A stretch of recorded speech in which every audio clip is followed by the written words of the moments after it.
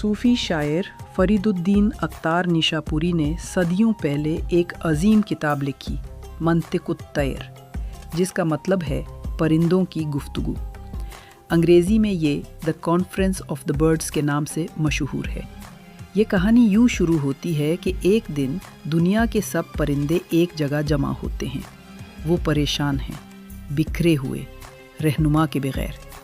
मतालिबा करते हैं कि हमें सिमत दिखाने के लिए एक बादशाह चाहिए।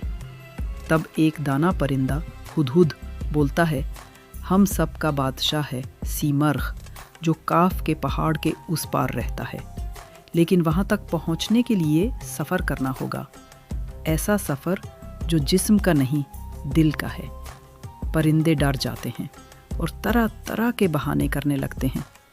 बुलबुल गुलाब के बगैर नहीं रह सकती, तोता मौत से डरता है, मोर अपनी खूबसूरती में खोया है, बतख अपने पानी से जुड़ी है और बाज़ दुनियावी बादशाहों पर फ़ख्र करता है, वग़ैरह वग़ैरह।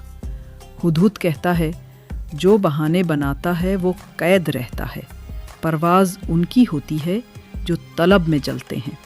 बहरहाल वो बादशाह की तलाश में निकल पड़ते हैं, 7 वादियों के सफ़र पर। अत्तार ने इन परिंदों के सफ़र को 7 वादियों और मंजिलों में बयान किया है: तलब, इश्क, मारिफत, बेनियाजी, तौहीद, हैरत और फ़ना। ये वो मंजिलें हैं जहाँ इंसान अपने नफ्स से गुज़रता है। आखिरी मंजिल तक हज़ारों में से सिर्फ 30 परिंदे रह जाते हैं।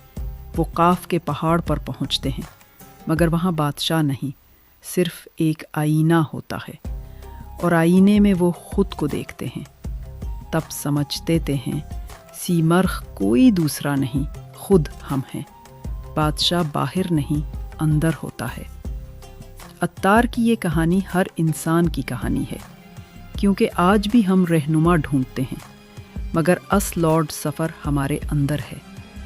जब हम बहाने छोड़कर अपने दिल की सच्चाई सुनने लगे तो काफ का पहाड़ हमारे अंदर ही रोशन हो जाता है।